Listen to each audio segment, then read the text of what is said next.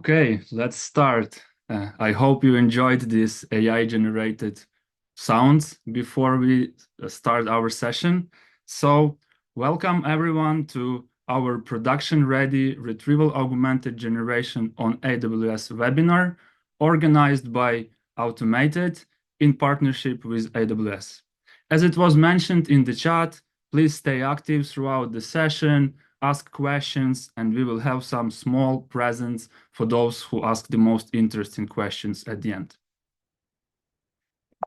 Before we begin, few words about our company. I will try to be really technical today, but still we need to share some general information. So we are Automat-it, and we are technical DevOps-based, DevOps-focused company with more than 500 customer launches in our history. We do a lot of technical cool stuff, including DevOps, FinOps, like cloud cost optimizations, but also MLOps and generative AI since the beginning of the last year. We have a lot of partner competencies with AWS. We are strategic partners with this company, and we have quite a lot of competencies in DevOps field and security as well. But the one that I'm mostly proud of is the generative AI competency that we recently received, which proves that we know what we are talking about here. Few words about myself.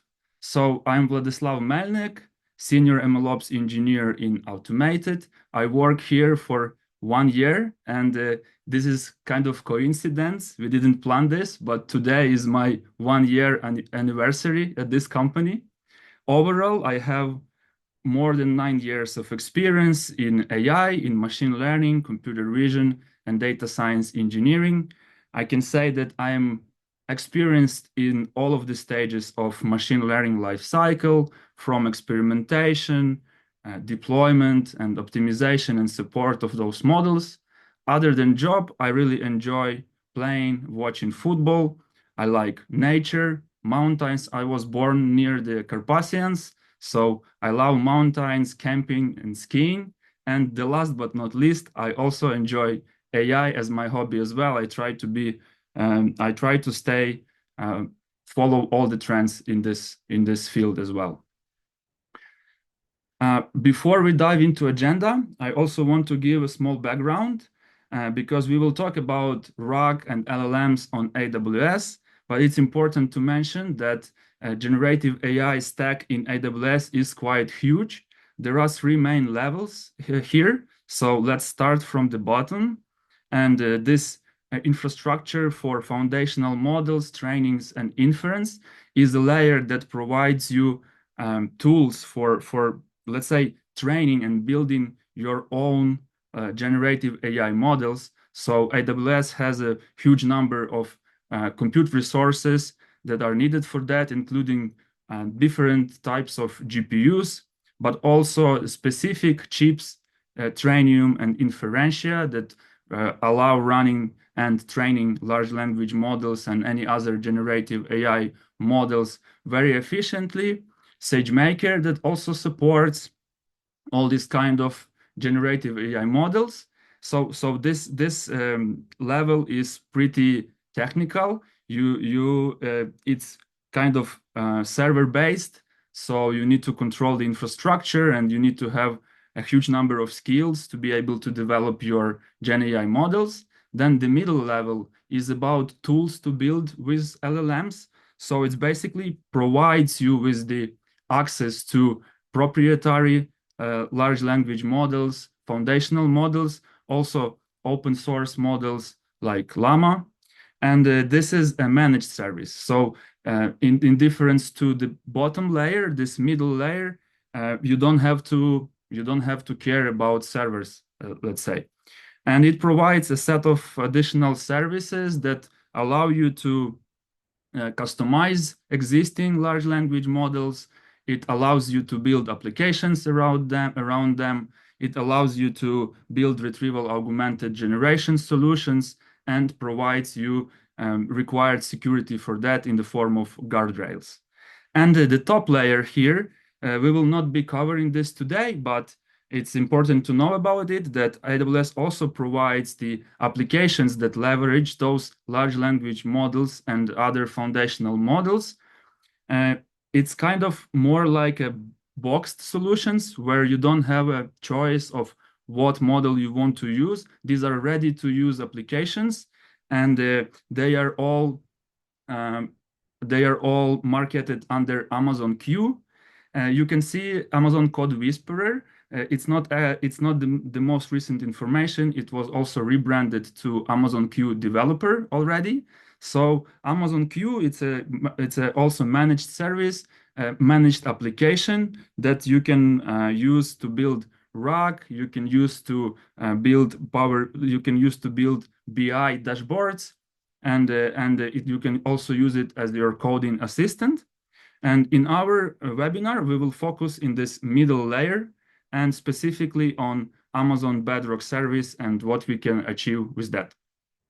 So our agenda for today will be the following. We will quickly go through the RAG itself, Retrieval-Augmented Generation, and what it means, just to be on the same page altogether. Then we will talk about monitoring and tracing of these applications, how we can evaluate them, how we can put some additional security and privacy into these solutions, how we can optimize them, some kind of advanced techniques that help us to get the most out of our LLMs under the hood.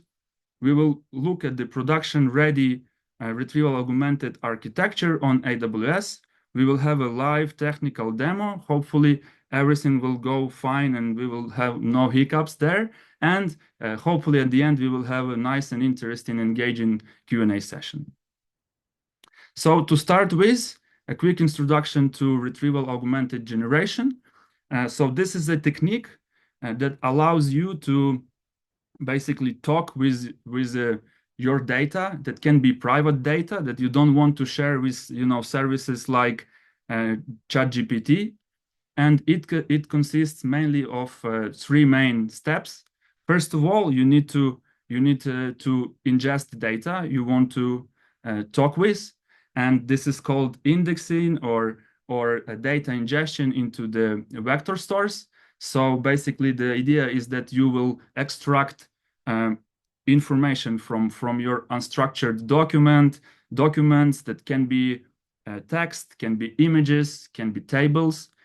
You will split it into chunks of text and then turn it into embeddings or vectors. And then they are stored for further use.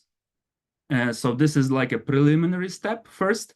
And after this step, you are able to talk with this data by retrieving it based on your input or based on the user query, let's say. So the same embeddings model that was used to turn those documents in the first step will be used to transform your request, your question into the vector, and then search for most similar chunks inside your knowledge base or vector store, retrieve them, and augment your question with the supporting data.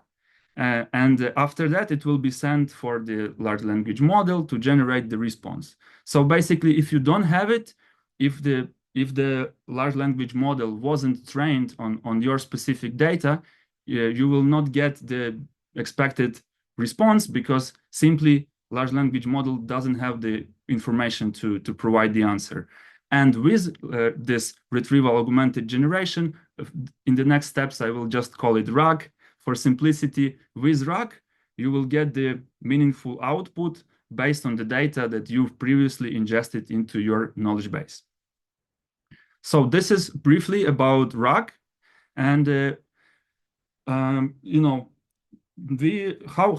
how basically these applications are being developed. You all heard about ChatGPT, right?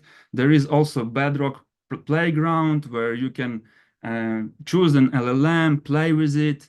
Yeah, there is also like open source open source solutions like Hugging Face Spaces, for example. You can play with it, get excited, and what happens if you want to turn it into a product, if you want to turn it into a specific application? It's not enough, right? Just to play in the chat or just to play in some playground. You want to have a reliable solution. And for that, one of the first steps is to build a proof of concept. Yeah, and for doing that, you want to monitor the quality. You want to see, what kind of responses you receive. You want to have the track of them. You want to see what was tried previously, what kind of prompts provide better results, what prompts provide bad results. And for that, you need to implement tracing and monitoring for debugging. After that, you can go into the kind of testing stage and try different methods, try different prompts, and see if you can achieve what you want. After that, you want to basically create some data sets, to be able to evaluate to get some quantitative measures of how your application is actually working. And very important is the user feedback as well, so that you can improve your application moving forward. You can see what was liked, what was disliked, and based on this information, you can also tune your application. And after that, you can identify some user patterns. You can find some edge cases where the model struggles the most, and you can put some additional advanced techniques in order to resolve them. And of course, after the beta launch, yes, you want to know the cost and the latency of your application. You want to optimize this the most to be, let's say, the best quality, but also the cheapest possible. And at the end, you can collect a lot of data. You can, after using this application for quite a long time, you can collect a lot of data. And if required, if your solution is still not enough, not good enough, you can use this collected data for fine-tuning your model. So this is overall development process of RAG applications. And now let's go step by step about each of these steps and components. So first of all, as I mentioned, it's super important to have tracing and monitoring in place. So what it will give you, you can see on the screen, right? It's some kind of, you can, for developers, you can relate it with application performance monitoring. For DevOps guys, you can also relate it with infrastructure performance monitoring. So every single step of your LLM or RAG application should be traced so that you can come back to it, look at it, and see what happens in your application. Every request, how much did it cost, and things like that. On the screen, you can see the example of LangFuse, but there are also other tools. This was our choice, but for example, you could hear about Langsmith, and there is a Phoenix from Arise AI, which are also pretty good tools. But we picked LangFuse for the one of the main purposes why we picked it is because it has a SaaS version, but it also has a self-hosted open source version. So for like extra security, you can deploy it on your own infrastructure and be sure that this information will not be available to anyone else. So after you have this in place, you will see that something goes wrong, right? So you can either get maybe not relevant chunks retrieved for your questions, or you can get some hallucinations. And how do you actually measure that? How will you know that something goes wrong without human in the loop going and checking like every trace one by one?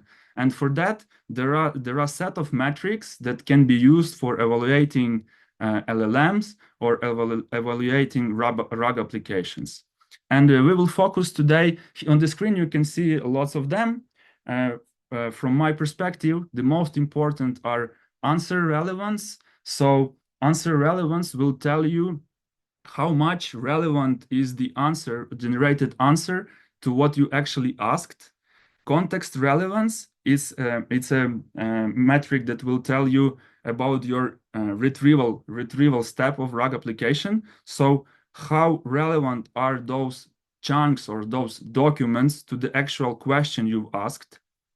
Answer faithfulness is also super important because you probably all heard and you probably noticed that sometimes large language models, even in the chats, they can hallucinate and they can provide weird answers from time to time. So answer faithfulness will tell you how actually truthful is the answer. And if it's relying on real facts, or there is some information that the LLM just came up with because it's sometimes can be very, very creative.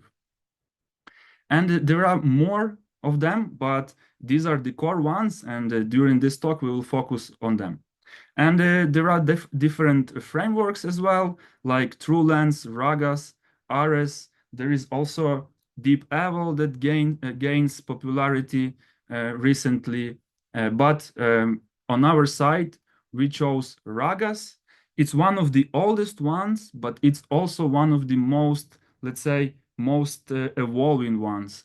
There is a huge community behind that. They are always improving how they calculate those metrics. And from RAGAS, they put focus on these four main metrics called faithfulness, as I already mentioned, how truthful is the answer, answer relevancy, how relevant is the answer to what you actually asked.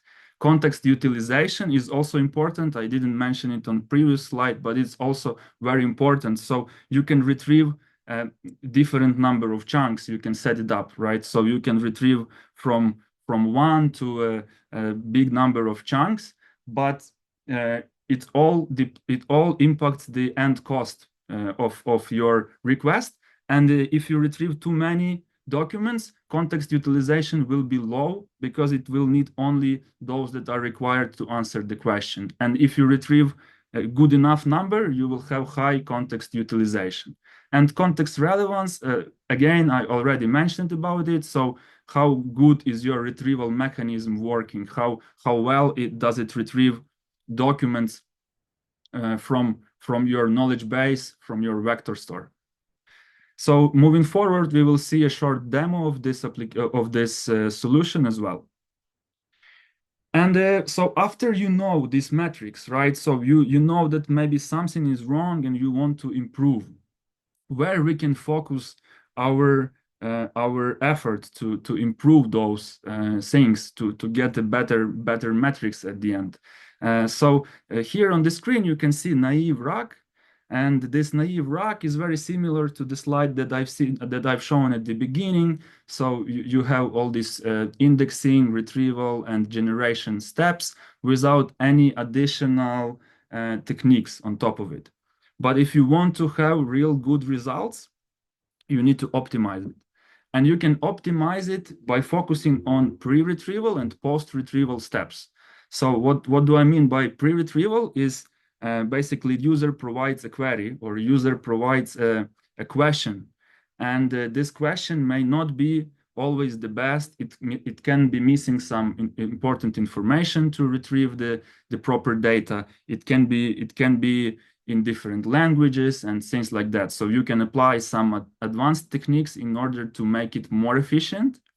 And also after retrieval, so the post-retrieval step, you can apply some advanced techniques as well in order to, for example, re-rank those documents. So if you retrieve a big number of documents, maybe some of them are not needed and you don't want to send them to a large language model, not to waste tokens or even not to confuse it. You can summarize some of those documents because they may contain too much information, or you can use additional techniques like RAG fusion and so on.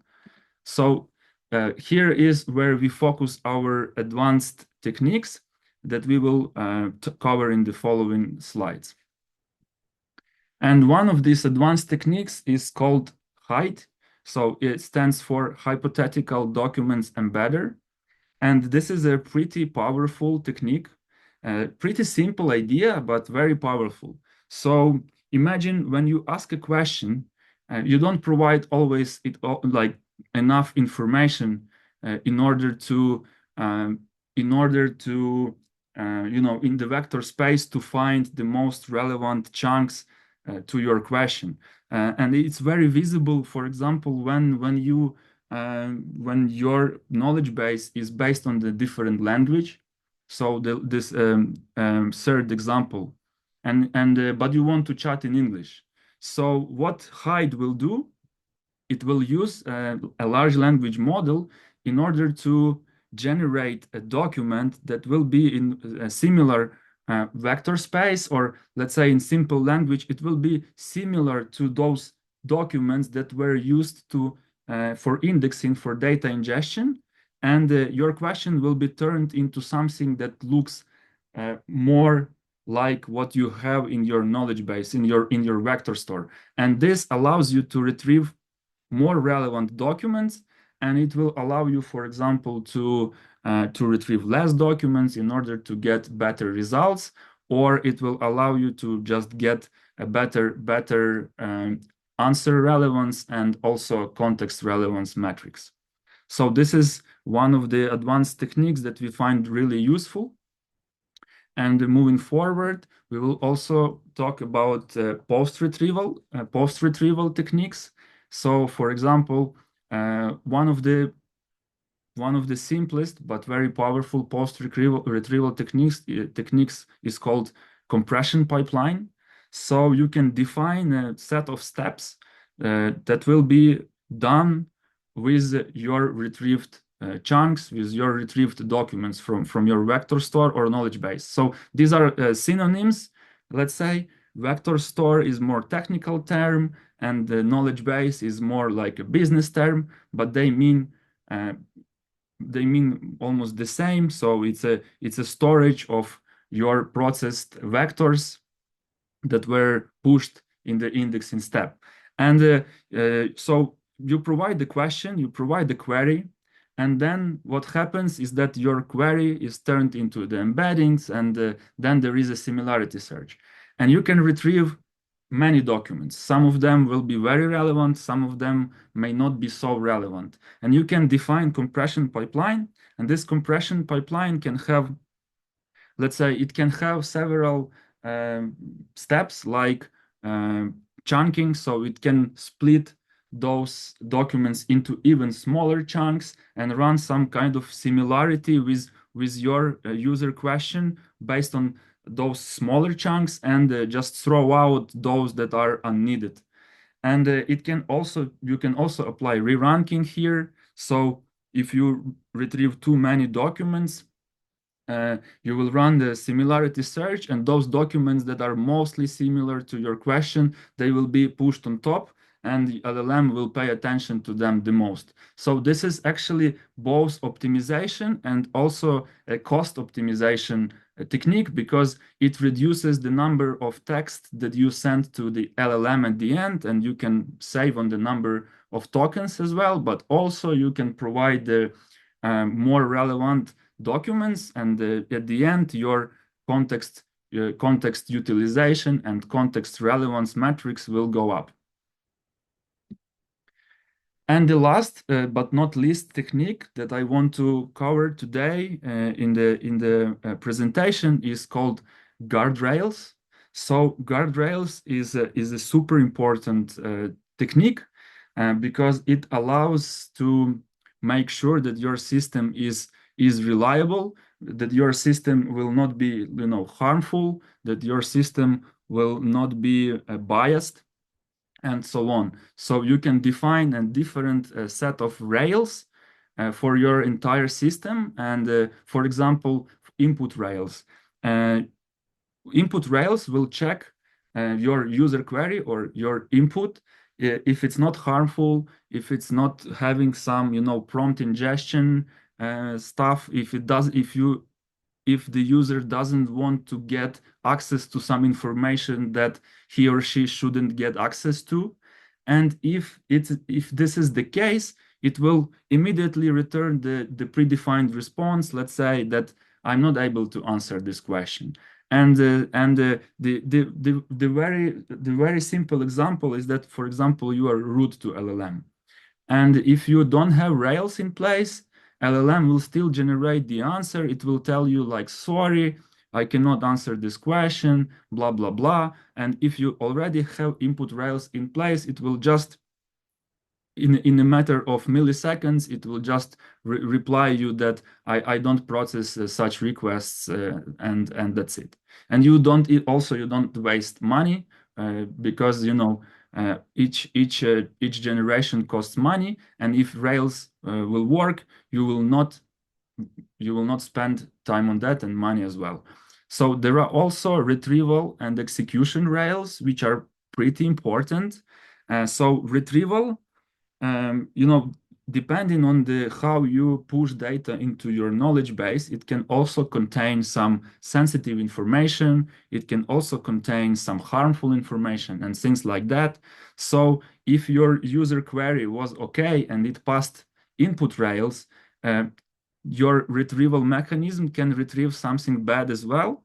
And these retrieval rails will stop the process and also provide you the predefined answer. And the same for execution rails. So you could probably hear things like tools for LLMs or plugins or agents, yes, and they can be connected to different data sources. And for one example could be like a website. And we don't know what is present in this specific website or in this specific HTML URL. And if it contains harmful information, the same happens. Yeah, we stop the process. If the information is fine, we finally get to the point where we provide this to the LLM. And once we have the LLM output, we will also check if LLM is not harmful, because if we use proprietary LLMs from big providers, it usually doesn't happen. They may have Rails in place themselves, but if we customize our models and let's say it will contain some personal private information, our output rail will stop the process as well. So this is about guardrails. And now let's have a look at the production-ready RAG architecture. So this is a generic production-ready RAG architecture. I know it's quite a big diagram, and I won't go step by step here. Just maybe spend a moment, read about red points here, and I will only go through the most important points here. We will have the demo that will cover most of these steps, but this is just to have a full picture. So we need to have authentication mechanisms to secure our application, and this is not that much related to the LLM. We must make sure that our infrastructure is secure, that our application has a proper authentication mechanism, or our application is hidden under the isolated network, and we only define who can access it. After that, we apply input rails. As I already mentioned, so that nothing harmful happens. And if Rails will define that it's not appropriate request, we will quickly stop the process, generate the final response, and that's it. If not, we go next. We can do query rewriting. As I mentioned, one of the most powerful technique is HyDE.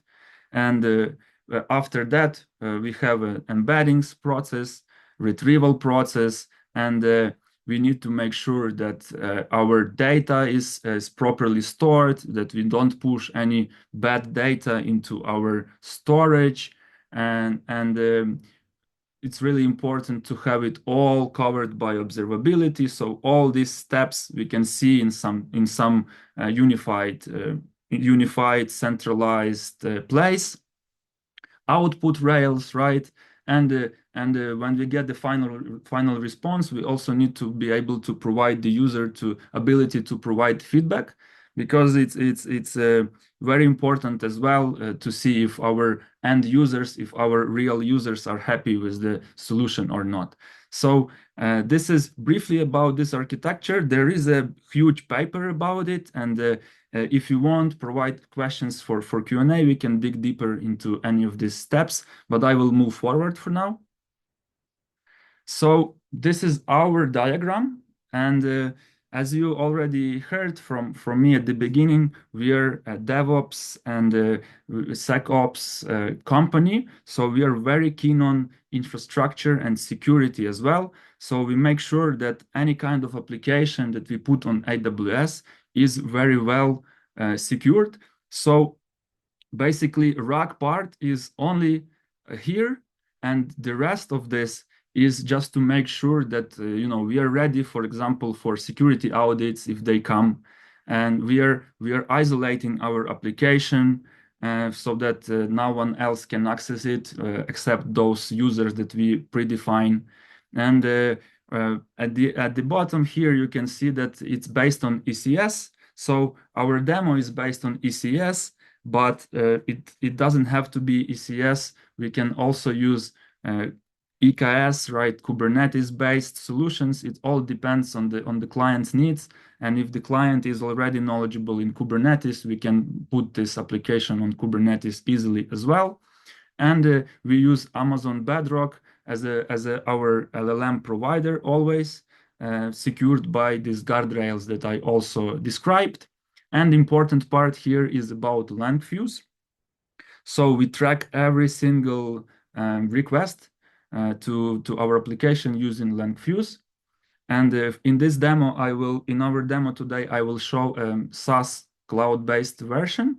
But for our clients, we also developed a LangFuse Terraform module that can be used. But this module, I won't be showing it today because it's not public yet.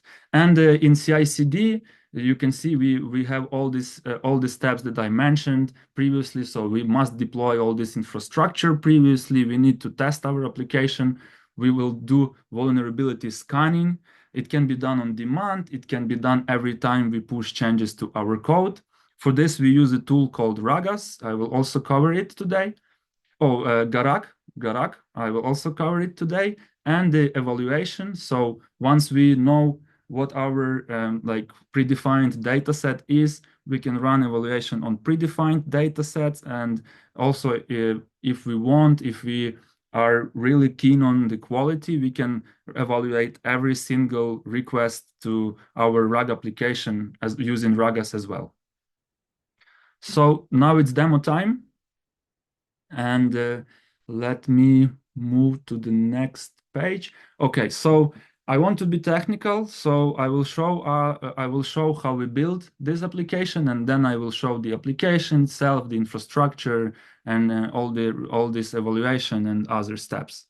So in our company, we have something called Skeleton, Terraform Skeleton, and this is a unified approach to security and also DevOps best practices, where we define different environments. They can be deployed to different accounts in AWS as well, and so on. We won't focus on this right now, but so that you are sure, we are very keen on this as well. And this entire solution is based on the same idea.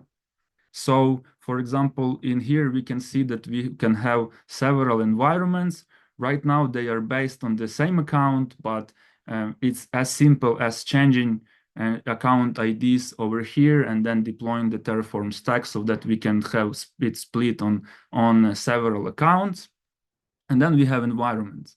Inside environments, we have a mandatory management environment. So this environment is responsible for the security audits, for the isolation, for transit gateways so that our accounts can talk with each other, and some other DevOps related things. It will generate us the OpenVPN profile that allows us to connect securely to our infrastructure.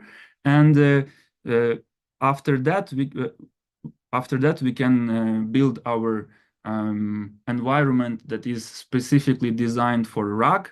So here I will not be going one by one, but maybe just the most important things. So we basically support several vector stores. For this demo, we support PG vector based on the RDS PostgreSQL. And this is as simple as deploying it is as simple as this. And then we just need to add an extension called vector so that RDS or Postgres becomes a vector store. Or we can use for more, for more data intensive solutions where we need to store much more data, we can use OpenSearch. And here is also the how we can deploy OpenSearch serverless. So we need to define that, and then in variables, I just have to mention if I want to use OpenSearch, or if I don't use OpenSearch, it will automatically use Postgres PG vector. And ECS. So as I said, for this solution we use ECS, and here is just how we define the ECS cluster. So the cluster to serve our containers, and the service with some details on how much resources we give to it, how much CPU, how much RAM memory we want to use. And as you can see, we can enable easily auto scaling. For now, it's just disabled, but it's very simple over here. And all the important environmental variables that are generated by our Terraform stack are provided securely to the container environment, and it can either connect to PG Vector or to OpenSearch. And LangFuse, so we need to provide LangFuse public key and secret key so that we can enable tracing and monitoring of our application. So this is related to the infrastructure part. And after the infrastructure is ready and our application is deployed, we can configure it. And so we basically have, in this case, we have two main configurations for our application. One is LLM configuration, so all the details of what models we want to use, what model we want to use to create vectors out of our text, what model do we want to use for the generation step to generate those outputs, some important parameters for LLMs like temperature, top K, top P. Feel free to ask questions if you don't know what does it mean. For now, I won't be like detailed on this. And the same for the vector store. So just very generic information about our vector store. And we are using Pydantic here. It's also important that each of these parameters can be overwritten by environmental variables that you could see in the Terraform stack. So now it's time to show the chatbot or RAG code. Don't judge me, it's a demo, so it's not, let's say, best software engineering quality yet, but it's quite decent. So what I want to highlight here is these additional optimization or advanced techniques that I mentioned previously. So here we have this hypothetical document embedder, HyDE, contextual compression. We have embeddings filters that can reduce sizes of the documents that we retrieve. We also use flash rerank in order to do reranking if we want. And for now, this solution supports only PDFs. So we use PyPDF loader, and we use embeddings from Bedrock. And it's here we use Chat Light LLM. So Light LLM is also another cool tool. It's the tool that allows you to works as a proxy for many model providers. So with this, you can use, for example, models from OpenAI, and the same as models from Bedrock. So here we use models from Bedrock, but this solution allows switching between them as well. And yes, and another advantage of Light LLM is that you can easily connect it with LangFuse just by by setting it up and saying that you want to use LangFuse as a callback. And we have our chatbot class where we basically have the code that allows to like tweak to either turn on or off these advanced techniques. And but the main steps I will just show. So we also use LangFuse as a prompt management tool, so we can get prompt templates from LangFuse that I will show in the next steps. We need to load the embeddings model we want to use, and we defined in our config file. After it's loaded, we can load the vector store. So as I said, we support PG vector, we support OpenSearch, and then depending on what we choose, we will load one on another. And the last important step is to load the model, and we use Chat-Lite LLM here, so that we load the model from the config as well. And the rest is about these advanced techniques. So it's just to allow us to turn them on or off for the demo purposes. For some like real production use cases, we will be doing some tests, and then at the end, we will define what we want to use, and this code will look a bit smaller so that we will only pick what we need. And this chatbot class can be used either for a small demo like we will have today with Gradio, but we also have an API-based solution that can be deployed as an fast API, and it will have all the same functionality. So I also mentioned that we do vulnerability scanning, and for that we use Garak. Garak, for now, unfortunately, it doesn't support Bedrock out of the box, so I had to play a little bit in Python with it to make it work. And what is important is that Garak has a number of probes. It's called probes, and each probe has its own purpose to test different vulnerabilities, to test our LLM on different vulnerabilities. And I can either have it as a step inside CI/CD, or I can, for example, I can run it from my terminal. Let's say I want to run the vulnerability scan of my current setup. So it's as simple as this. We will not wait till the end because it takes some time. So you can imagine that it will send hundreds of requests to our LLM, predefined requests. What is cool about Garak as well is that it logs every run, and it logs every test that it performs. So maybe I will just show one of them. One moment. Oh, it's not that one. It runs. Yes. Okay. So bigger one. Let's say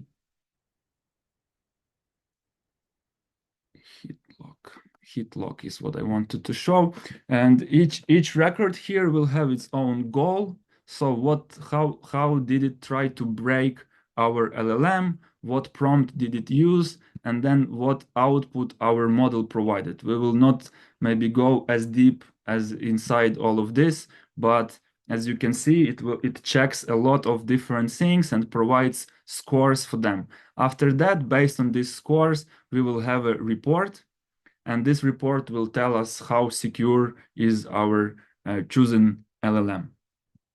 So this is about Garak. So maybe I will quickly show Garak part now. So as I mentioned, it's an open source tool that allows you to test vulnerabilities of different LLMs. And if you are interested, you can go to this website, and it basically describes all of the probes it has and how harmful could it be for your application and why it's important to check it. And we chose, for now, I chose 4 probes just because it takes a lot of time to generate this report. And it provides the HTML report like this, and you can see like what config was used, and what's more important, all these probes and their explanations. So, and if something fails, it's also saying like what kind of specific probe failed, so that you can backtrack it from this huge log file that I've shown previously. So this is about vulnerability scanning. And now let me come back to the tracing and monitoring. I was saying always that we track everything. So just to prove it as well, here is our dashboard. And in this dashboard, we can see all this, all the models that we've used previously. How much did it cost for us? Some models are supported for cost calculations, some are not yet, but LangFuse is also evolving very fast. Same for the evaluation. So when we run evaluation, we report it to LangFuse. We can see it over there. And all this important information that you can think of, like what models did we use, what scores, latencies, is also very important, because the more advanced techniques we apply, the higher the latency will be at the end. So we can track all of this here.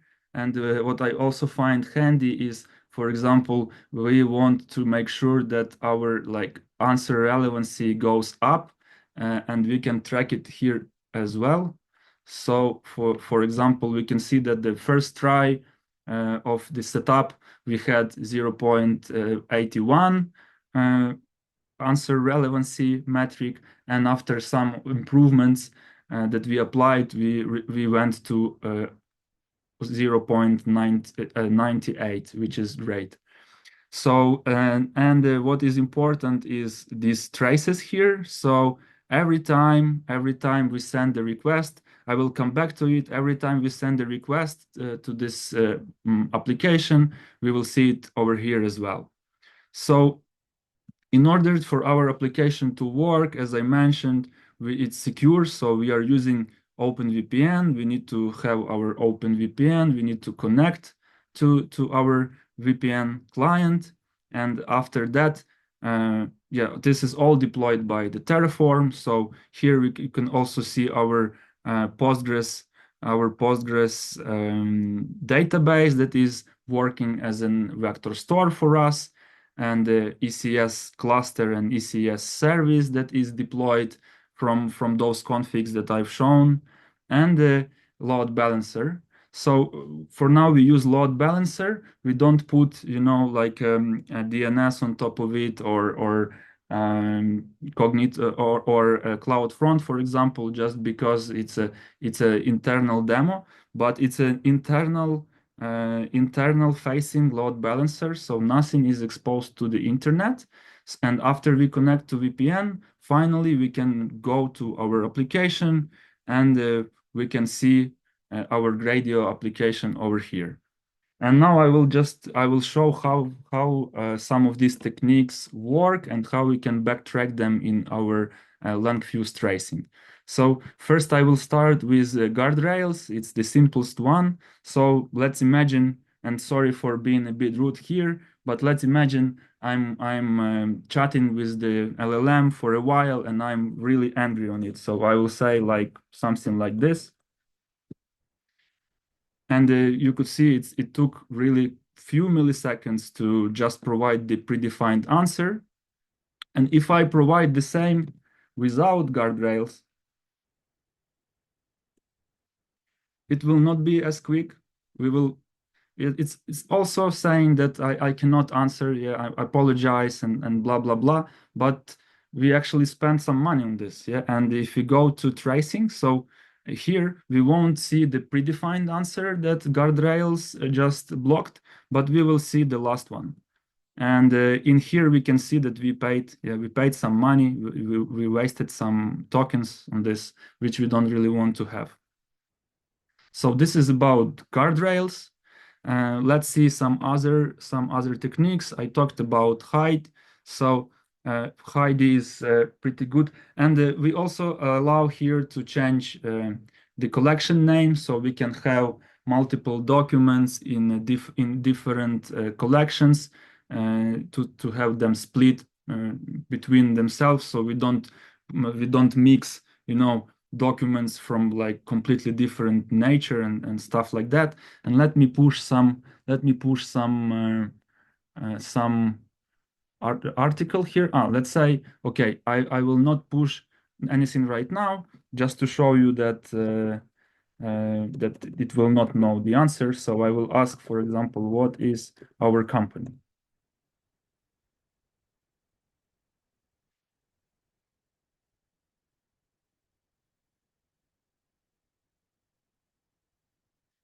And it will tell us that, okay, don't have enough context, blah, blah, blah, right? So it doesn't know. And when I will put some, this is the extract from our website, and I can just push it to our vector store. And once I push it, I should get the notification here that it was already pushed. Yes, file uploaded. And now I can ask the same question.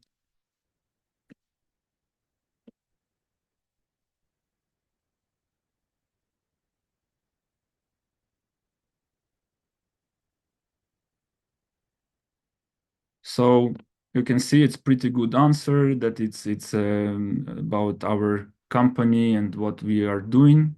And still, if you won't have tracing and monitoring part, right? How would you know what documents were retrieved, and if it was good enough to provide the answer? So you can go to LangFuse and check it, and each step is tracked over here, so we can see the basically everything in a single view if we want, or we can go step by step. So for example, a vector store retriever step will show us what was asked, and then what chunks were actually retrieved about our company. And and yeah, and then we can actually see for example, the end prompt that was used for providing the answers. So there are instructions that we use, the generic instructions, and then all the information that was retrieved, and then the output that was generated based on this private data that the model doesn't know about. Let's try to use re-ranking here. So in order for re-ranking, the idea is that it will shrink those chunks into smaller parts and remove something that is not really needed. For that, I will increase also the number of documents the number of chunks that we retrieve, so that it's more visible in the tracing. So let's put it to 10, and I will say, like, what DevOps services do they support? And I didn't talk about memory, it's basic feature, right? But we also use memory here. So for example, I said they, but the model will have access to previously asked questions and answers without the context, so we don't waste too much tokens as well. But it will know that I'm asking about Automat-it as well. And if I go back to traces here, I should see that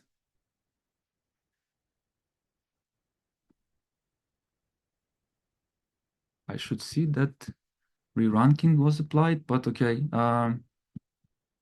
This is the demo effect. Re-ranking wasn't applied. I may go to logs to see what went wrong, but I will not do this during the live demo right now. Maybe just let me try to refresh and do it again. And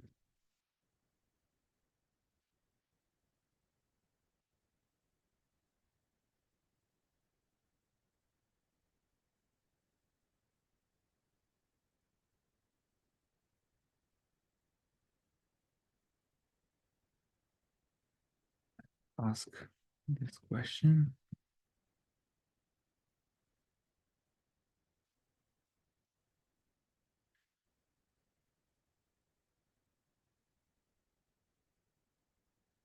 Okay, there is some answer, but okay, Okay, something is wrong with my re-ranker. Let me try contextual compression. Don't blame me that much, it happens during live demos, but believe me, it's working. I just need to see what went wrong in the logs. Maybe there was something misconfigured. So let me try contextual compression. But for now, I have some fear that it may not work as well. However, let's give it a try.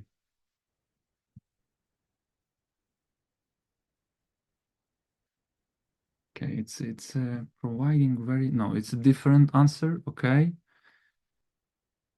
please.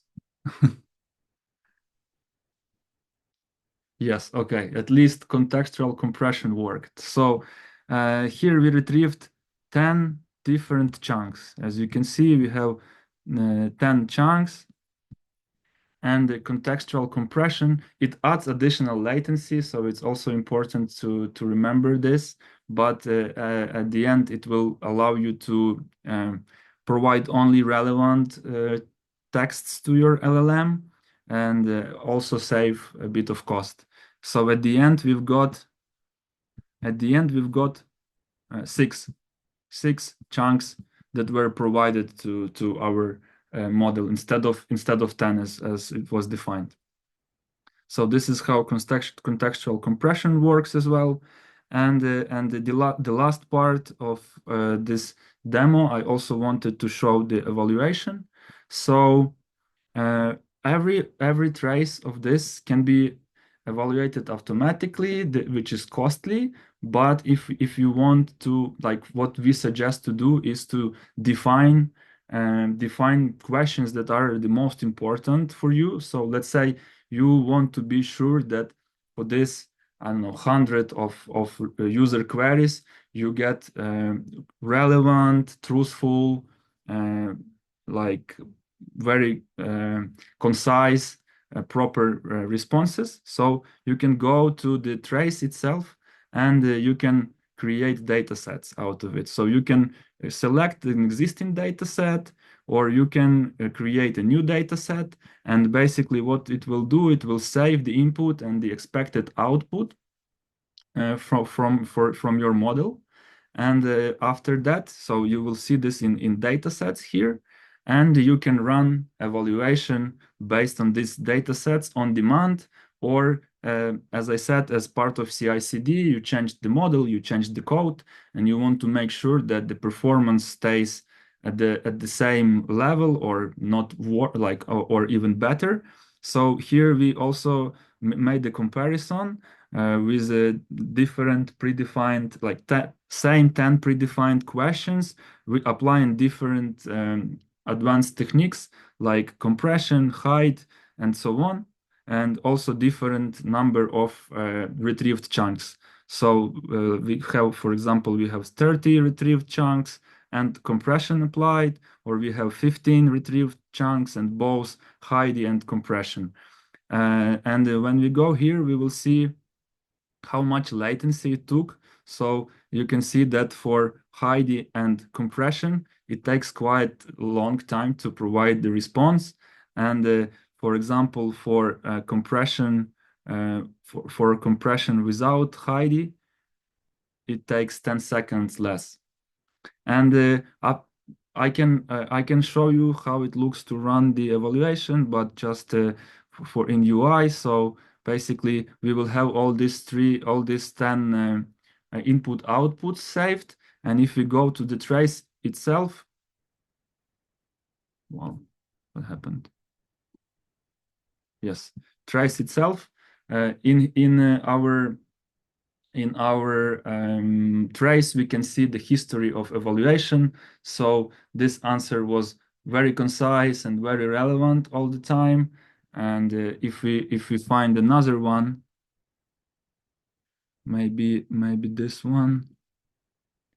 Uh, so we can see that correctness went up after we applied some of the techniques. And this is how you go granularly, like one by one. And also in the dashboard, as I said, you can see this as a consolidated, centralized view with all this metrics measured, and you can track how well you apply these techniques, or you either make your application better or worse. So, having said that, I will come back to the presentation.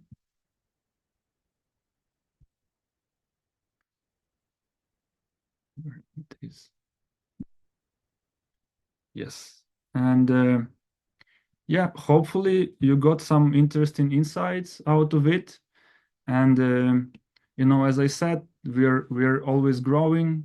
Since I joined the company, number of employees grown at around by half.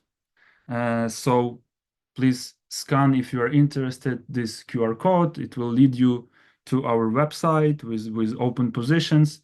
And also, what I want to mention, in our website, there is a community page where you can see technical blog posts from me a little bit, but there are many of them from Alexei Babbage that you probably know, because he was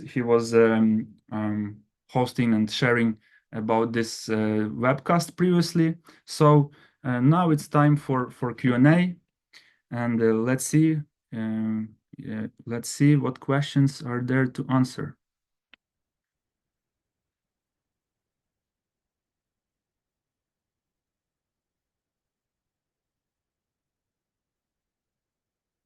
How do I look at it? I see the chat, but I don't see questions.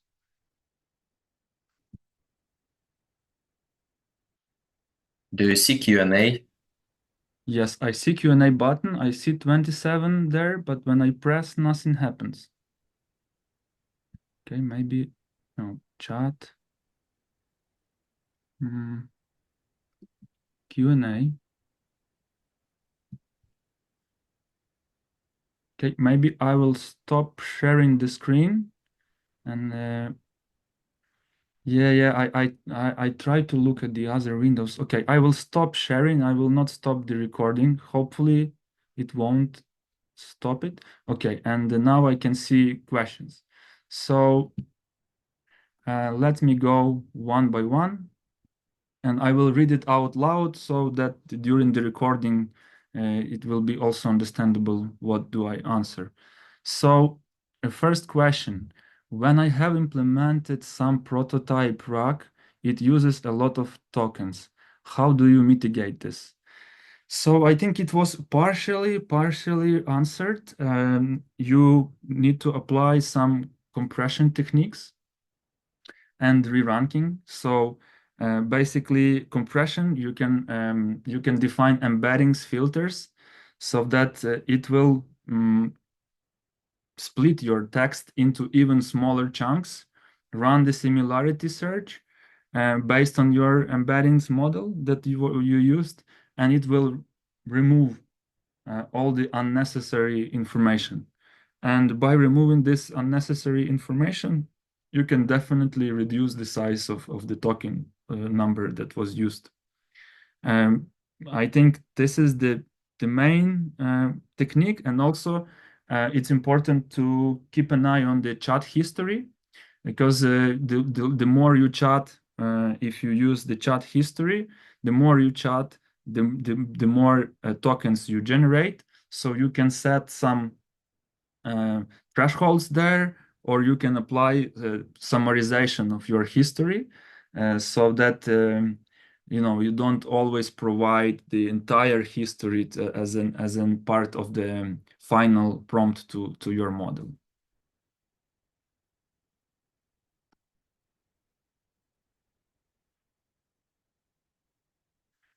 The next question, I know this is a RAG session, but what is your opinion of implementing only some parts of this, like just the vector database where you query some PDFs or documents and it returns some chunks and pictures of the correct page, so you can get the page of the PDF easily and get more context than the RAG application offers.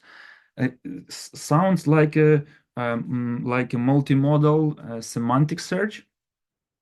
It's something that is doable as well. It wasn't just, let's say, part of this webcast, but you can implement it. And for example, if we talk about Amazon Bedrock, there are models that offer both text and image capabilities that will allow you to create embeddings from both types of the data, and you just don't need to have the LLM generation part, right? So you will only have retrieval part to retrieve all the proper PDFs or documents or some images based on your user query. So I hope it answers this question.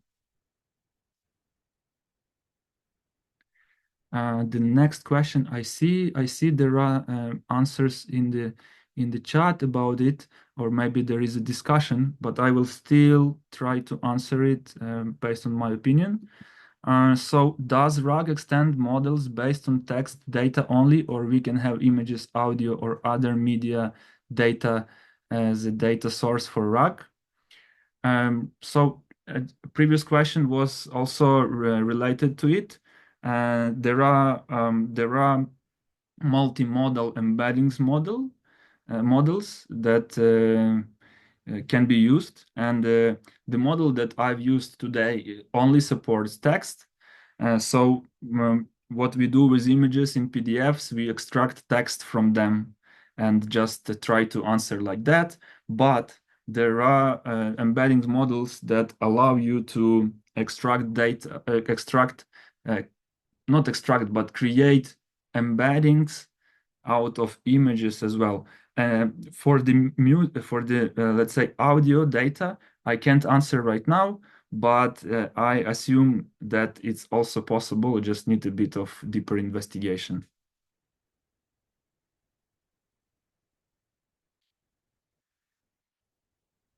Okay, next question.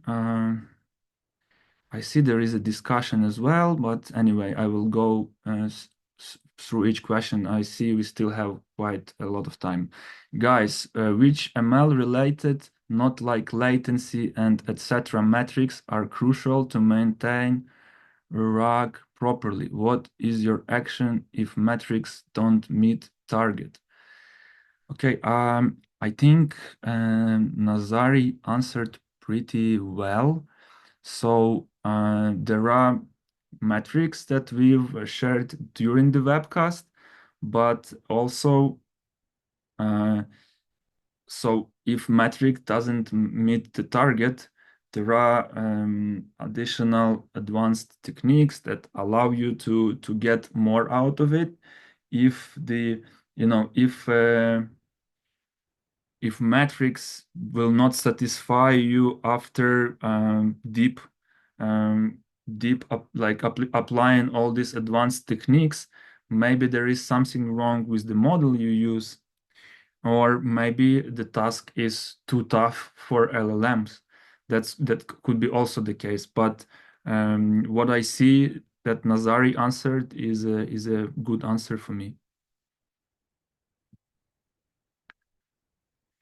What about specialized models like Prometheus and reward models like Arno RM Llama 3 for evaluation? Do you see any concrete utility for these models approaches?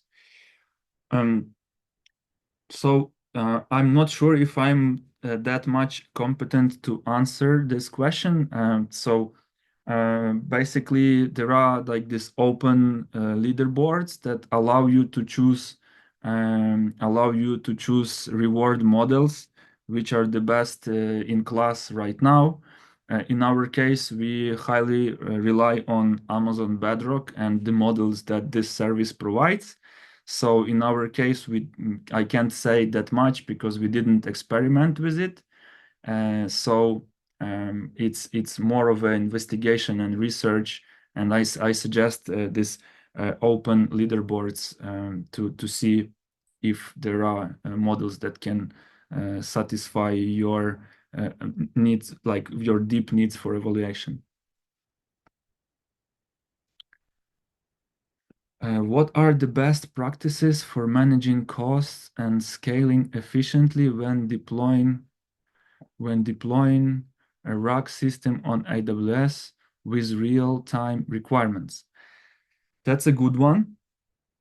So real-time requirements, I assume that that like waiting more than like 3 seconds is too much. In this case, there are two options from my perspective. One is using Amazon Bedrock provisioned throughput. So it's basically purchasing your own instance of the model from Amazon Bedrock, which is very costly. So these real-time requirements should be justified for sure, because it's pretty costly to have provisioned throughput, this is called. And another option is, if you have enough expertise, I think, okay, two options even. If you have enough expertise, you can deploy the model you are interested in using Amazon SageMaker, or you can deploy the model you are interested in using open source tools like VLLM or OLLAMA. And these tools provide you much lower latency. However, the skills that is required to step into this and to be able to do it is much higher than using managed service like Amazon Bedrock.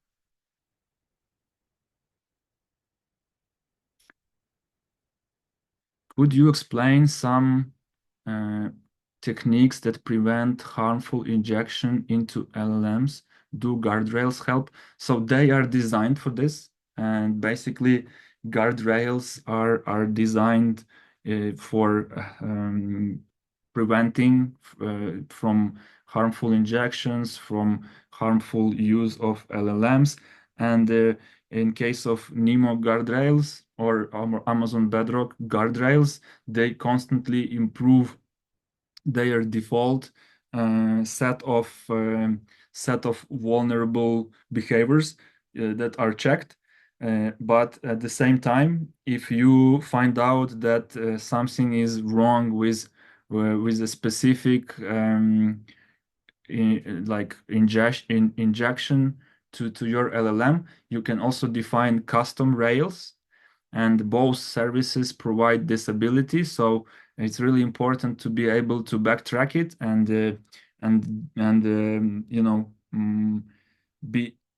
be cautious about it. And once you find out that the default rails are not good enough, you can always define your own rails. And this is a pretty straightforward process that is pretty well documented, both for NeMo guardrails or Amazon Bedrock guardrails. Are the vectors created randomly numbered, or I can set a number per vector? For example, I can set boy equals 1, girl equals 2, mother. So the next time I create or train the model, it will use my own early configuration. Not 100% sure if I understand the question properly, but you can always provide metadata to the vectors. So vectors are created, let's say, automatically, depending on the embeddings model you choose. So you have two options here. One option is to train your own embeddings model, and your own embeddings model can be very accurate because you're able to provide custom training data for it with this additional numbers per vector. Or if this is needed only for retrieval, you can provide metadata along your vector inside the vector store, and you can filter out vectors based on this metadata. Next question. Have you explored AWS Cloud native solutions for tracing? Things like AWS X-Ray along with CloudWatch. Is it reliable alternative for LangFuse in production use cases?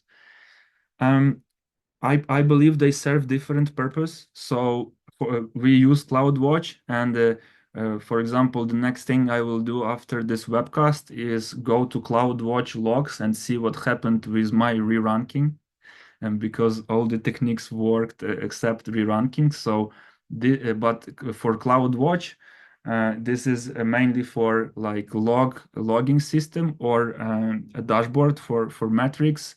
Like we can, calculate, and it should be pretty much customized. It's not working out of the box like LangFuse.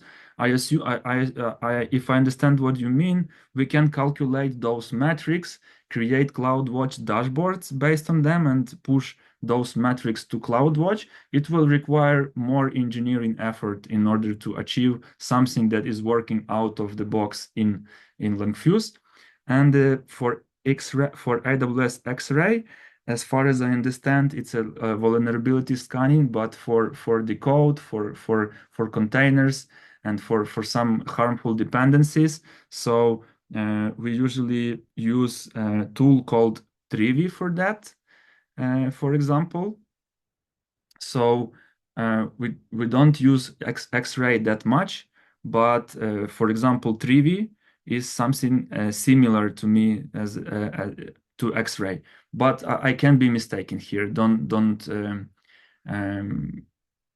Don't take this as a for granted. In AWS, by the way, just to add on this question, in AWS, they also develop internal tool called FM Evil, I think. And this tool is also checking some vulnerabilities, but it's more alternative anyway. It's more alternative to RAGAS than to something like dependencies and vulnerabilities in the code.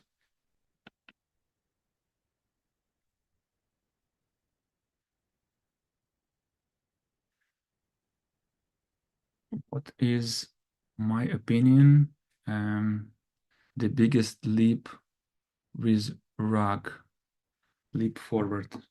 Let me use Google Translate for a sec.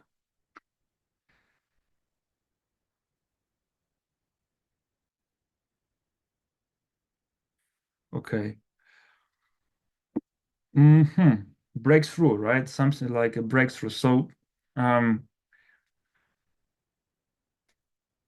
I mean, probably in the future, right? So, in the future, it's a very challenging question, to be honest.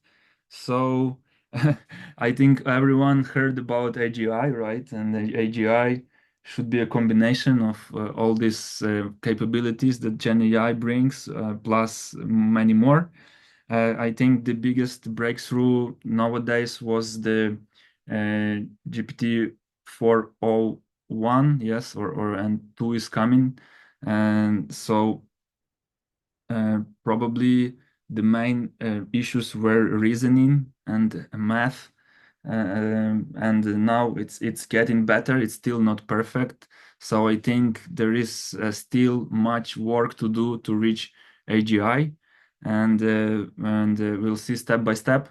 However, it's important for me to say that I'm not an expert in LLM developments, right? I'm more an expert in deploying them, making them secure, and making them usable by others. So also my answer here may not be, or I may not be the best person to answer this kind of question.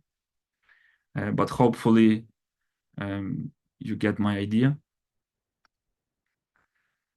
The next question: how can RAG be integrated with other AWS services like Lambda and S3 to create seamless automated pipeline for real-time data retrieval and generation in production environment?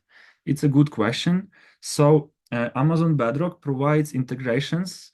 It can now agents in Amazon Bedrock can execute Lambda functions and they can retrieve data from APIs, they can retrieve data from external data sources if they are a bit, unique, but it can also execute certain Lambda functions to perform actions on your side. This is more agents. So agents, it's a next level after RAG. We didn't cover this in this webcast that much. But it's possible. And S3 is a great example. So for S3, there are several options, and the simplest one is probably retrieving it directly from S3 as it depends on the data type, right? So if you would have text as a data type, there is a LansDB vector store that can be used on top of S3 bucket, and you have like a serverless vector store. Or another thing is if you have tabular data in S3, for example, you can use Athena queries, and you can use some text to SQL tools in order to run queries on top of your S3 data. So it's something we experimented with at least, and for images and for other data types, we would need to investigate to answer this question precisely.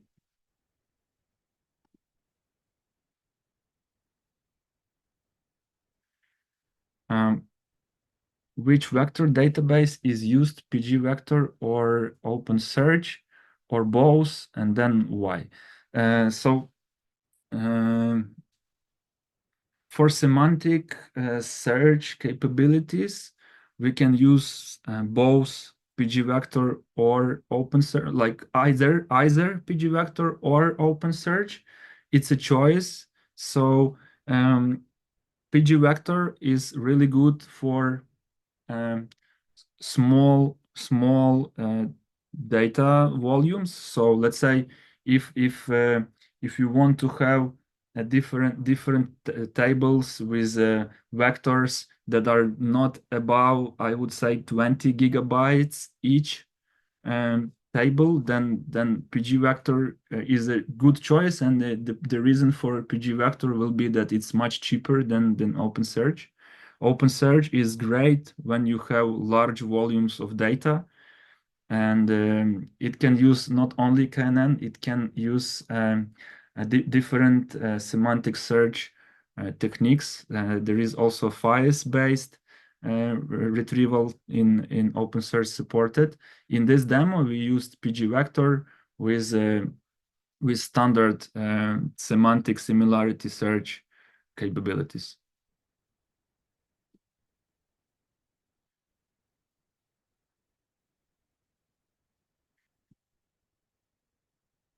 The next question, I see that my colleague answered it, but let me see. Do guardrails store logs in CloudWatch, for example, for analytics purposes? And can guardrails help prevent jailbreaking?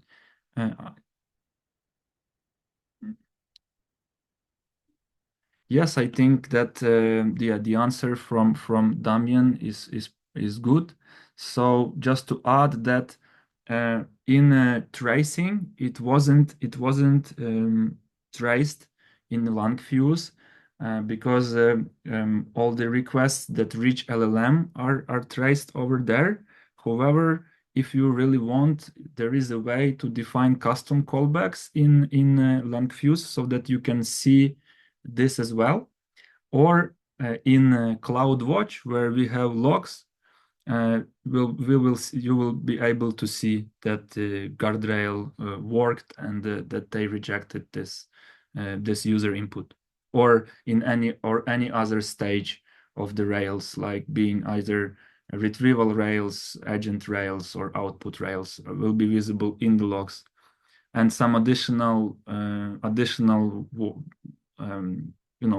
engineering is needed to make it visible in LangFuse.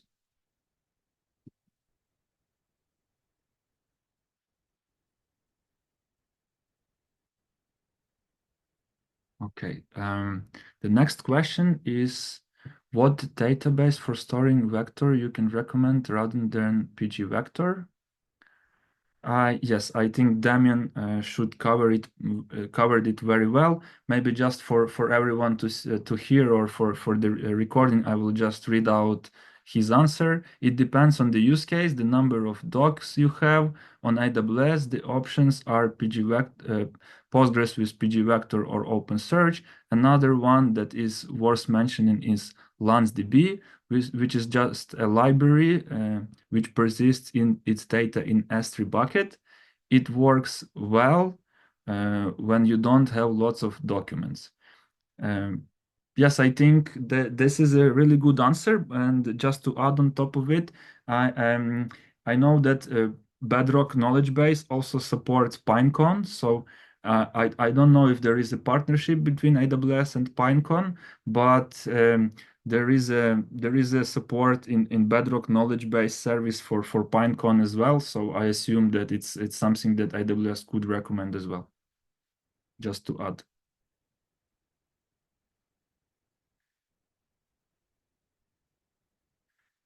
Why OpenSearch is primary and PG is a fallback?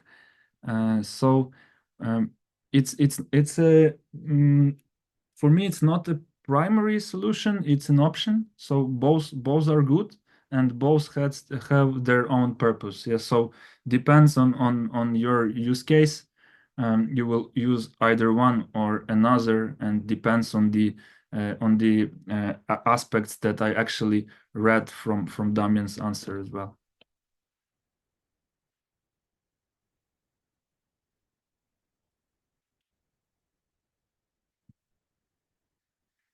Did you create any indexes like HNSV on PG vector? I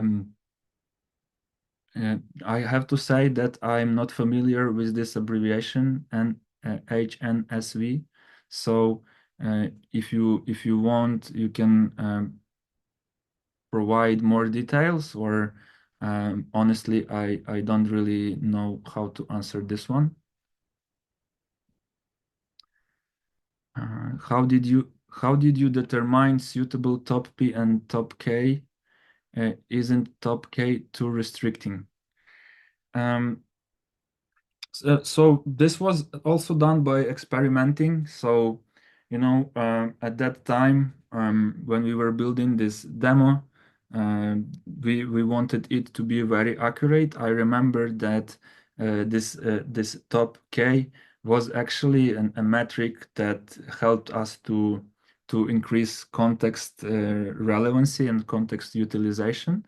But you're right, it might be too restricted in the case of other use cases. So it's also pretty important, to start with some baseline, have the monitoring in place, and once you perform experiments, you can easily tweak those parameters and see what works best for your use case. What is the influence of that security measures, Garak only, on the performance of the RAG system?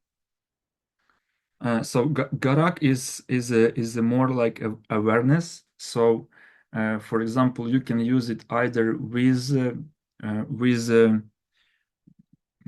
guardrails or without guardrails, and it's really recommended to use it with guardrails on top of it.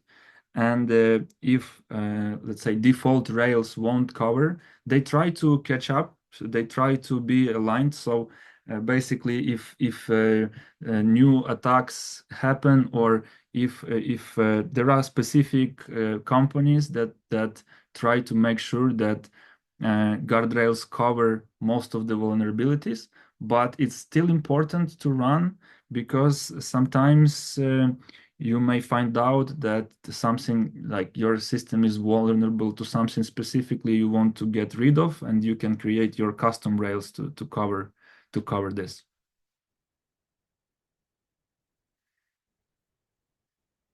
As the answer greatly depends on the number of retrieved docs, do you have some recommendation on choosing this number?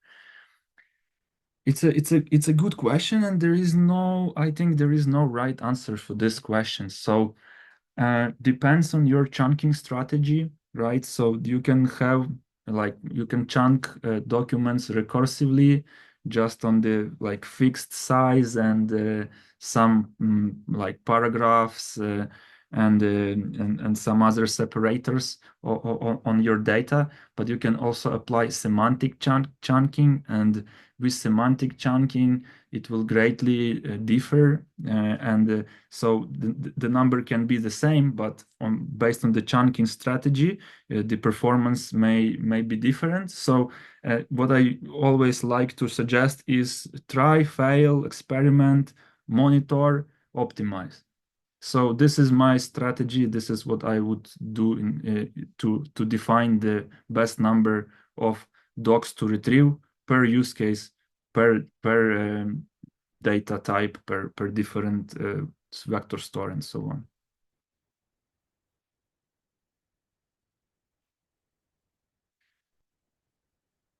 How do you test against token size? I think Damien covered it, so I will just read out loud. For customers, we usually run some experiments on sample prompts and give an estimate of the number of token used in input or output, so they have a complete business case with total cost of ownership attached. Yes, so this is our approach, and again, monitoring and watching how it goes, and if something doesn't optimize, we adjust, and we can apply maybe more strict context compression on top of it. For example, if the client is willing to sacrifice a bit of time to get lower cost and lower token usage.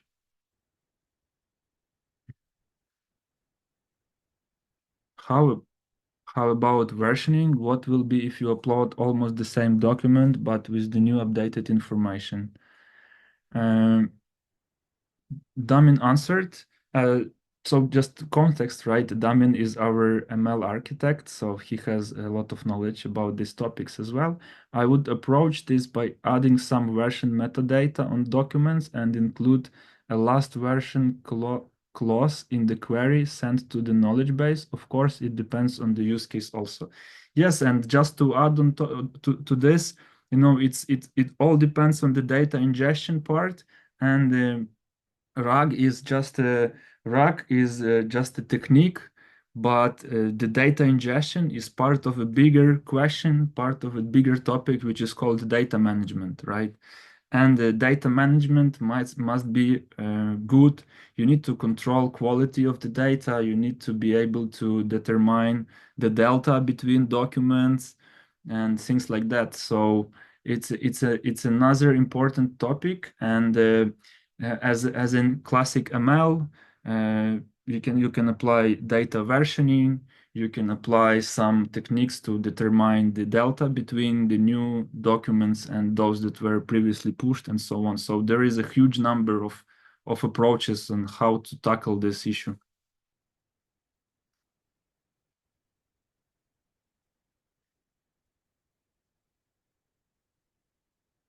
Okay, another interesting question is a billion-dollar question.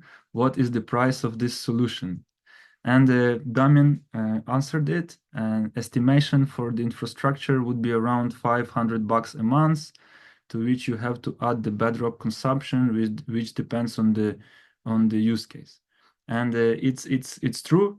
And depending on how many tokens you will use, the price of the bedrock consumption can be very different.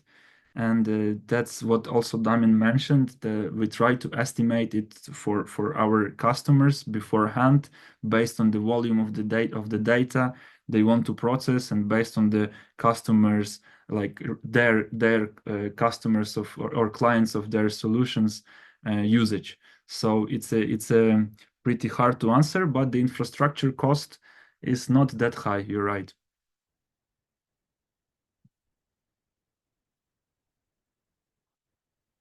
Will the code be shared after the webinar? We didn't have such plans. I believe it's part of our solutions. So we need to be. I would say it's the best approach here would be to reach out to us, and we'll see. This is the best answer I can provide right now.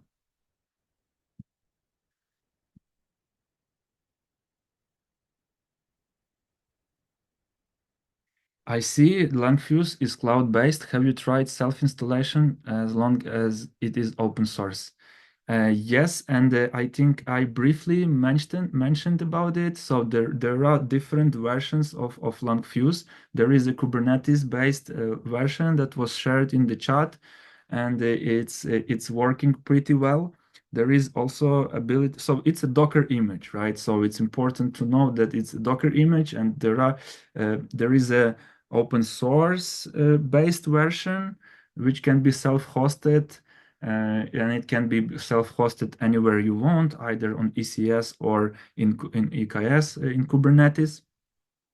We have our own modules for Terraform and CDK, but they are not yet public. They are part of our solutions, so I'm not sure if we can share this publicly yet. But yes, definitely. And for our clients that are really keen on security and private infrastructure, we only deploy it on their infrastructure as a containers. Can you dynamically select different RAG techniques? What is the best approach to decide on criteria?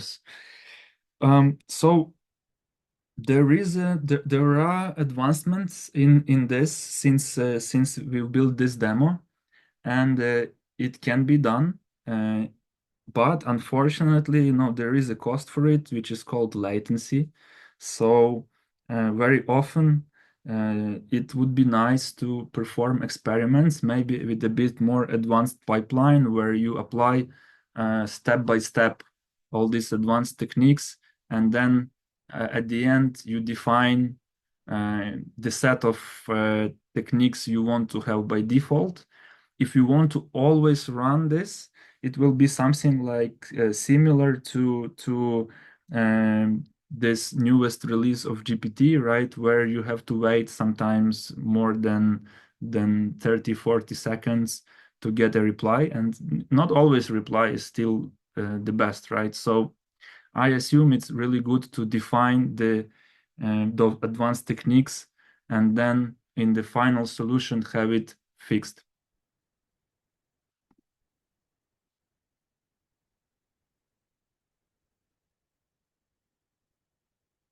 I see a question from Alexei Krayovey is probably an addition to some question, or I don't have enough context to answer this one, so I will skip it, sorry. And we are limited in time, so I will move forward. Can we get the example source code? I already answered it. How much is the solution? How much the solution will cost for a customer? LLM deployment and AWS infra cost per month. So there was an answer for the infrastructure from Damian. I think it covers it pretty much. If you want to get more details, you'll have to reach out to us separately. Have you some tips on how to configure fallbacks? I mean, you can't predict everything that can go wrong, but is there a guideline on something on that? So iteration, I believe it's important, and user feedback, being able to provide user feedback is very important.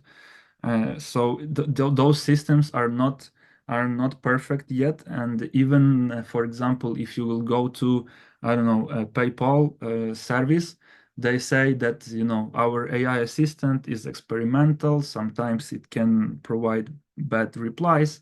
Please provide us your feedback. So this may happen, and what is really important, I think, is testing. So having a good set of a good data set. So I've shown an example where we had only 10 queries, yeah, and for real production use case, which will have public um, use cases, iteration, and big data sets. And I see that it was added structured outputs for tools.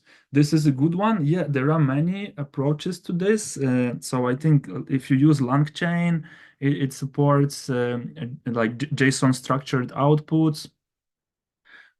If there are other open source libraries that I can't remember right now, but it's something that is known. So there are pretty good tools for controlling structured outputs, and also you can implement as a part of your pipeline. You can implement technique called LLM as a judge, so that an LLM will kind of rate its own output based on your requirements, and if the rating will be, for example, below some certain threshold, regenerate the output. So it's something I can recommend now.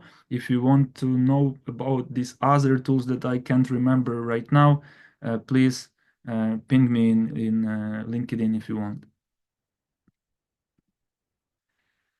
Um, in case of the unstructured data, it is always a problem to label it, especially some media data like photos. What services, applications, etc. can you advise for this?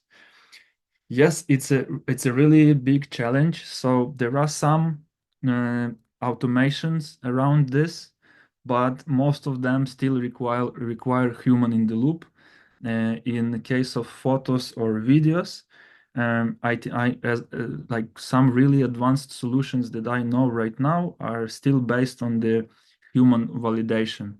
And for example, from AWS, there is a service called SageMaker Ground Truth, and this service allows you to either manually label or use some publicly available models for labeling, or which is also cool, after you train and at least initial version of your model, you can import it as a labeler, like labeling assistant to SageMaker Ground Truth, and use it for like providing initial labels and just review them, correct them, and it will become better over time.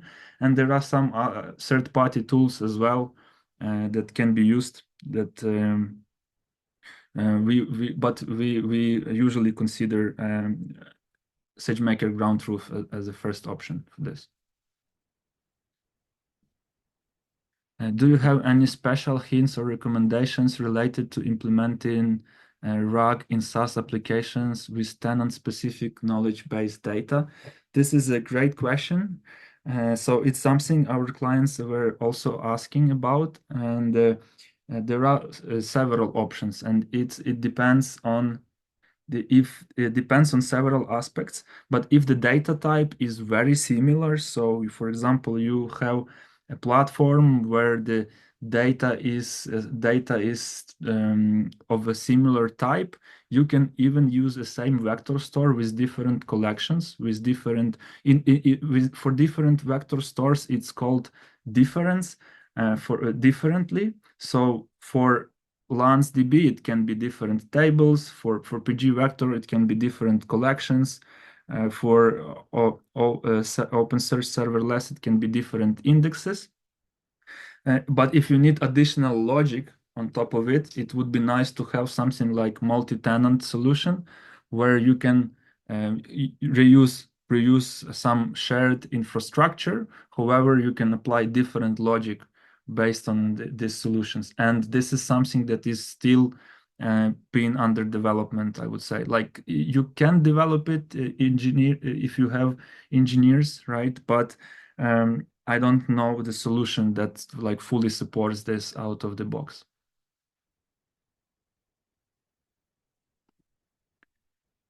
Can we detect drift in the answer quality once more data is uploaded to a RAG system, and how? So it's also a good question.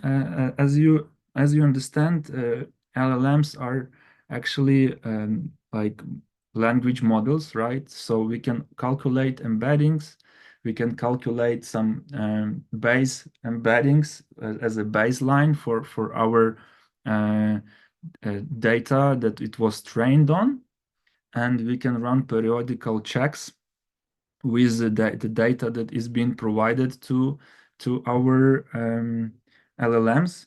And there is a SageMaker monitor solution that can help you detect data drift, and it can be used, is still applicable to this use case. And also, so I didn't show this as part of this demo, but you can actually calculate all this list of metrics that I mentioned.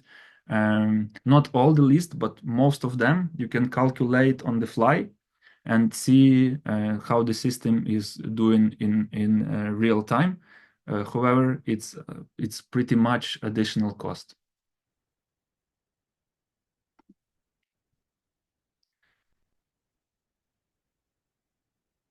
Are there any open source alternatives to Bedrock guardrails? There is Guardrails AI, which gained a lot of popularity recently. Guardrails AI and Nemo guardrails. So this guardrails that I've used during the demo are actually based on the open source solution from NVIDIA.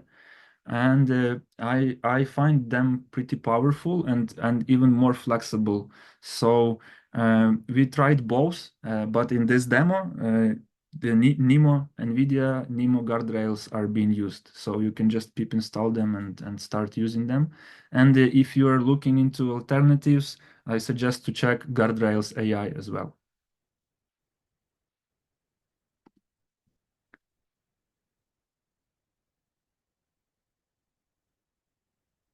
What resources do you recommend to get into the field of bringing LLMs to production? A great question. So, I personally follow Eduardo Ordax from AWS. This is a Gen AI. I don't want to say his role wrong, but he is a very important and active person in the field of this. And also, I suggest Data Phoenix as another it's a newsletter, but it's not only newsletter. So these guys they always run webcasts mainly for free or for donations, and the quality is pretty good. And they also maintain their events calendar, which contains events from all over the world, offline and online. So feel free to check Data Phoenix as well, and Eduardo Orlex. So these are two that come to my mind right now. I answered pretty many questions, so I can, if you want, ping me in LinkedIn and I can share more.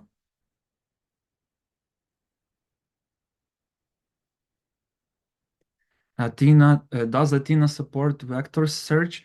Nope. So I mentioned Athena in a context of text to SQL. So a user query can be translated into a SQL query, and then this SQL query can be executed with Athena. So this is what I meant. What do you think about using GraphQL DB like Neo4j for building knowledge graph as additional to RAG or replace as graph RAG? And it is a good idea to store doc chunks and embeddings in Neo4j, or better keep it inside VectorDB. Neo4j and graph databases are really good if you need to have relations between the data. So for more complex use cases where you don't just have a single knowledge base, but you need to understand the relations between data, between maybe some objects, it's a great approach, and it can be used. You can use Neo4j, or you can use Neptune from AWS for that as well. And from my perspective, it's a good approach. It's just also kind of next level from what we've presented today. The emphasis was, on these advanced techniques and making sure that your RAG application is secure and is reliable to be used. But what is inside the RAG application can differ, and it can be based on GraphQL data, on graph databases as well. When using Confluence as an information source, how can we make RAG answer only based on the information available to the current user in the Confluence?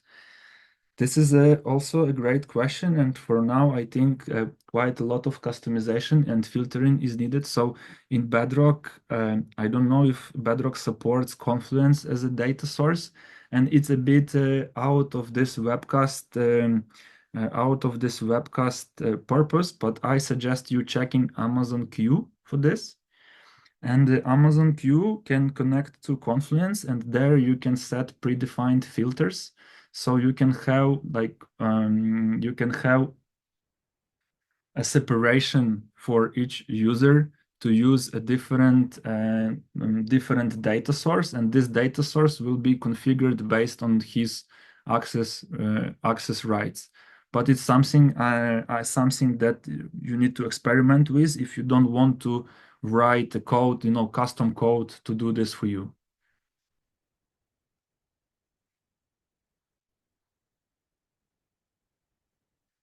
And yes, thank you for compliments. And this session will be definitely shared in YouTube, and everything is recorded, including the Q&A section.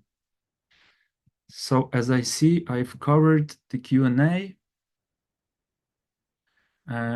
So I assume, and we are over the time, so I assume we can close the session. Thank you so much, and thank you for the Q&A. It was very broad, and it was nice to answer those questions and it was nice to see the interest from the audience. So stay tuned.